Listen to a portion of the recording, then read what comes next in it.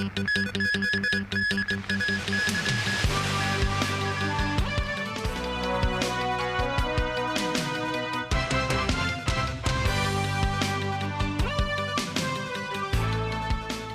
evening and thank you for joining us.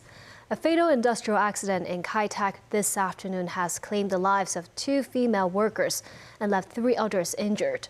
Scaffolding at a construction site collapsed onto the workers.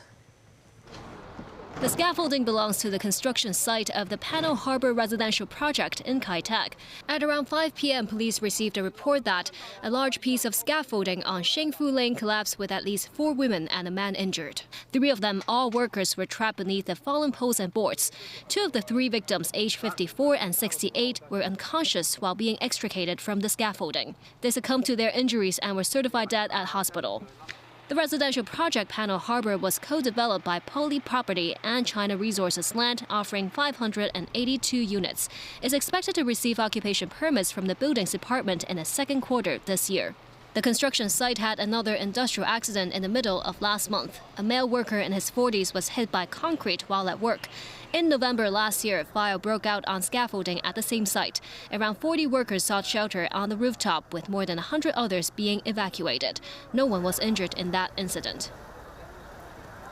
Xia Baolong, head of Beijing's Hong Kong and Macau Affairs Office, is understood to be coming to Hong Kong on a 6-day trip starting Thursday. The purpose of his visit is related to national security legislation under Article 23 of the Basic Law. Xia will also try to understand more about the economic development of Hong Kong and the latest governance by the administration. Chief Executive John Lee did not confirm Xia's visit directly, but said officials from the central government have had much care towards Hong Kong and will make announcements if they engage in any public events. In April last year, Xia Baolong, head of Beijing's top office overseeing Hong Kong affairs, undertook his fact-finding mission in Hong Kong, also for 6 days. He made visits to neighborhoods and delivered speeches at seminars back then. It's understood that during this second 6-day trip to Hong Kong, Xia will meet with various sectors to tap views over Article 23 legislation. Speaking to reporters before today's Executive Council meeting, Chief Executive John Lee did not directly confirm Xia's trip to Hong Kong, but he said senior Beijing officials care about the SAR. I have visited Beijing twice for my duty report. Whether it was President Xi Jinping or other government officials from the central authorities, they stressed that they are very concerned about the affairs of Hong Kong. While the consultation period for Article 23 legislation is poised to wrap up next Wednesday, when will the bill be tabled in the Legislative Council for the first reading? As the annual sessions of the National People's Congress and the Chinese People's Political Consultative Conference will start early next month, a number of Hong Kong legislators who are also the 2 sessions delegates have to attend the annual plenary meetings in Beijing. With that, the next Legislative Council meeting will only be convened on March 13th, meaning Article 23 legislation will be scrutinized in the legislature around mid-March at the earliest. We will, of course, report the overall result of the consultation in due course to LegCo. And then the general consensus is if we can do it 1 day earlier, we should do it 1 day earlier because the threat continues. And the threat actually has been mounting. Veteran political commentator Lau Siu-kai, who's now a consultant to the Chinese Association of Hong Kong and Macau Studies, said addressing doubts and concerns will likely be the focus of Xia's visit to Hong Kong. And as the consultation period is coming to an end, Xia will have a better grasp of public opinions, Lau said. More than 1,600 trainee doctors in South Korea's major hospitals walk off their jobs today to protest against a government plan to increase the number of medical school admissions. As of last night, more than half of the country's 13,000 trainee doctors were confirmed to have resigned en masse. The move has caused delays in surgeries and other treatments, and the government has ordered emergency measures such as the opening up of military clinics. Tracy Furness has more. Trainee doctors gathered in Seoul for a meeting today after a squabble between the government and doctors' groups over the government's plan to boost medical school admissions by 2,000 from next year. The current annual figure is 3,000, and the government wants to eventually add 10,000 more by 2035. More than 1,600 trainee doctors in South Korea's major hospitals had walked out in protest by 11 p.m. Monday night, with 6,400 of the 13,000 doctors and interns at major hospitals having submitted their resignations. Health official Park Min-soo condemned a nationwide strike by trainee doctors. The government will do its utmost to operate an emergency medical response system to minimize harm to patients, he said. This 63-year-old retiree said, "I heard we have a lower number of doctors among developed countries, so I don't understand why trainee doctors are walking off the job. We should increase the number of doctors so people in rural areas can access medical care." South Korea's population of 52 million had 2.6 doctors per 1,000 people in 2022, far below the average of 3.7 for countries in the Organization for Economic Cooperation and Development.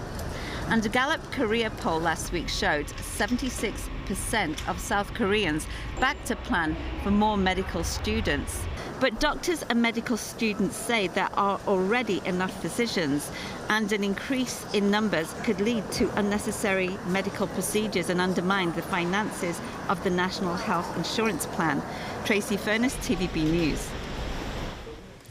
A spokesman for Yemen's Houthi group said its forces had hit 2 ships with missiles in the Gulf of Aden.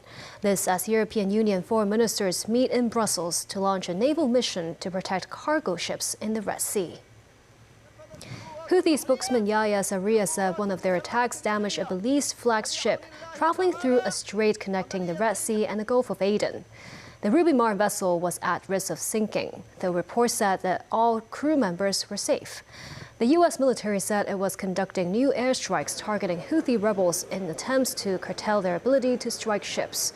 The EU naval mission, dubbed as Speeds, the Greek word for shield, will be run out of Larissa in central Greece, home to the Hellenic Air Force and the NATO headquarters. However, the EU said it is a defensive mission and will not take part in any military strikes and will only operate at sea.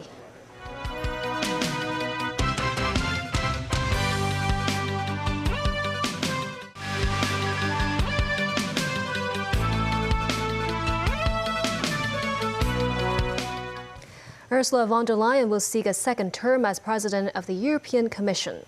The 65-year-old has vowed to defend democracy from those who seek to destroy it. David Garrett reports. Ursula von der Leyen laying out how she intends to continue to lead Europe's executive body. The first woman to head the Commission was elected in 2019. She told allies in Germany her aim is to defend democracy. I always have to be colourblind and represent the interests of the 27 members, she told the Christian Democrats Party. I also have to promote our position and make it clear what it means for the future of Europe. The European Commission's 13th president, she will likely be nominated in March as the lead candidate of the European People's Party. It's a centre-right umbrella group, including her CDU in Germany, that has been the largest party in the European Parliament since 1999. As Commission President, von der Leyen attends most international summits. Forbes named her the most powerful woman in the world. A mother of 7, she is currently the boss of about 32,000 EU employees and shapes much of the bloc's political agenda. She has taken steps towards cracking down on cheap Chinese electric vehicles. She declared at last week's Munich Security Conference she'll appoint an EU Commissioner for Defence if she remains in her post as President, with Russia's war in Ukraine heading into its 3rd year. Before her current role, von der Leyen had a series of ministerial posts under former German Chancellor Angela Merkel. She was once seen as Merkel's successor before she took a different path in the EU. David Garrett, TVB News. Last week, 2 Fujian fishermen fell into the sea from their boat and died after being chased by Taiwan authorities in waters off Kinmen, which is under Taipei's rule. Family members of the deceased reached Kinmen this morning and called for a thorough investigation. The 6 family members arrived in Kinmen for a 2-day stay, escorted by lawyers and representatives of the Red Cross. Funeral rituals were undertaken. A Red Cross representative said the family members demand access to the full video recording of the fatal incident. Mainland Marine authorities recently announced that they would carry out more regular patrols around Xiamen and Kinmen. Asia's biggest air show is back in Singapore. It is the first biennial event in 6 years because of the pandemic. China was able to showcase its brand new C919. The aircraft is the first large self-developed passenger jet produced by the state-run Commercial Aircraft Corporation of China. It took a test flight in Singapore earlier this week. The airshow will also host performances by aerobatic teams from India, Australia, Indonesia, and South Korea. Another Chinese creation, the ARJ-21, is also on display. This 90-seat jet has been flying from Shanghai since 2008. In all, 50 countries are involved with 1,000 companies represented over 5 days. The national security trial of former media tycoon Jimmy Lai continues. Today, former Apple Daily associate publisher Chen Pui-man continued her testimony as an accomplice witness. She said Lai hoped to get more international support through publishing the English edition of Apple Daily. Chen says she heard from former Next Digital CEO Chen Kim-hong that Apple Daily staff must follow Lai's instructions on which articles to translate into English. She added that Lai mentioned the company will receive more overseas support if there are more readers of the English edition. She said Lai remarked it would be better if U.S. politicians were among its readers. In a suspected case of child abuse and neglect, a 3-year-old girl was found on the canopy of the 4th floor outside a building in Sham Shui Po this morning. She was allegedly left alone at home by her parents. The girl was spotted standing precariously outside an exterior wall of a building on Wang Chuk Street. Her head was wedged in a laundry rack. It's understood the mother rushed back home after finding out about the incident and led her neighbors into the apartment to help bring the child to safety. The girl sustained no injuries. Following initial investigation, the 44-year-old mother was arrested on suspicion of child abuse or neglect of a child or young person under her care. In Tung Chung, a head-on crash between 2 double-decker buses left at least 8 people injured. The collision happened near Yingtong Estate at around 3 p.m. A Route E21A city bus double-decker and a Route 37M and new Lantau bus vehicle crashed into each other on Yingtong Road. At least 8 passengers sustained minor injuries, including 5 men and 2 women aged between 12 and 69. All of them have been sent to hospital for treatment. Humidity remains high in the city. Relative humidity levels across the city rose to above 90% due to the effects of ocean currents. Much of the SAR continues to be covered in fog today. Several areas recorded temperatures of around 26 degrees Celsius. That's up to 3 degrees warmer than yesterday. Relative humidity levels are set to reach 100% on Thursday. This as temperatures in the city are expected to drop between the latter part of the week and early next week. A low of 15 degrees is forecast for next Thursday. And that's the news. Thank you for watching.